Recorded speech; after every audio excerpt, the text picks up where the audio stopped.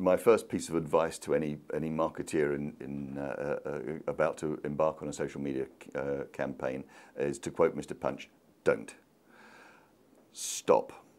Don't just do social media because it's cool, because it's trendy.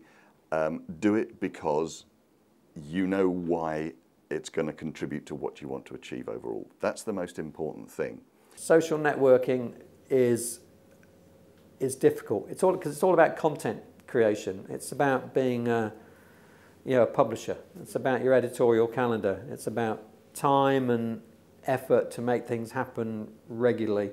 And if you don't bring out at least 1 or 2 blogs a week, if you don't tweet every day, if you're not posting regularly, then you're not there. So with social media, timing of when to join the conversation is paramount. If you join too early with a sales message, you could actually cut off your relationship early. Whereas those that are smart, listen carefully, find out what the interest areas are, and join the conversation as a peer, and build trust over time and that relationship over time with information and valuable insights and thought leadership. The very first contact you might have with a prospect might be through LinkedIn. So you link in with them, you can find out where they've worked before, what their kind of likely interests are, what they comment about because it's connected to their Twitter updates, and then you can figure out, okay, I have a point of commonality here, classic sales sort of training stuff, and then that can be your point to approach that person. But then go into your sales pipeline. So what you want to do is make sure they're getting your latest news updates through Twitter, right? And then you want to make sure that if they are so inclined and they want to be involved in the issues and discussion, then come into your community or Facebook page, whatever.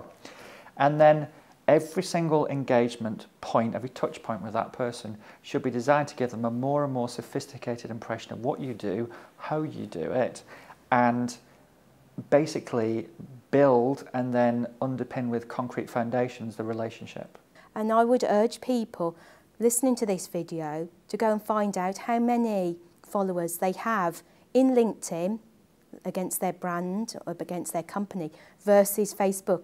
And just seeing those numbers will make them realise that Facebook is a little bit of a distraction for them and that they should focus more on the business social networks.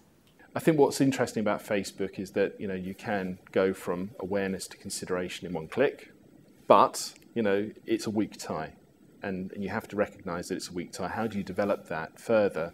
I think it's going to be a challenge for marketers. But to ignore Facebook, to ignore Twitter, would be foolish. I think, especially in technology marketing. I trust our employees. We trust our employees to behave to the standards that we would expect. And it does. I think mean that sometimes people do have to learn what their online behaviour should be, knowing the fact that you are online and to some extent being a representative or ambassador for your company in that presence and within that ID will influence the way that you behave. And if you want to have a different sort of behaviour, well, do that with a different ID. It's easy enough to do. Do that with a different ID that's not actually associated with the company. But I think, with trust, I think the risk is small, quite honestly.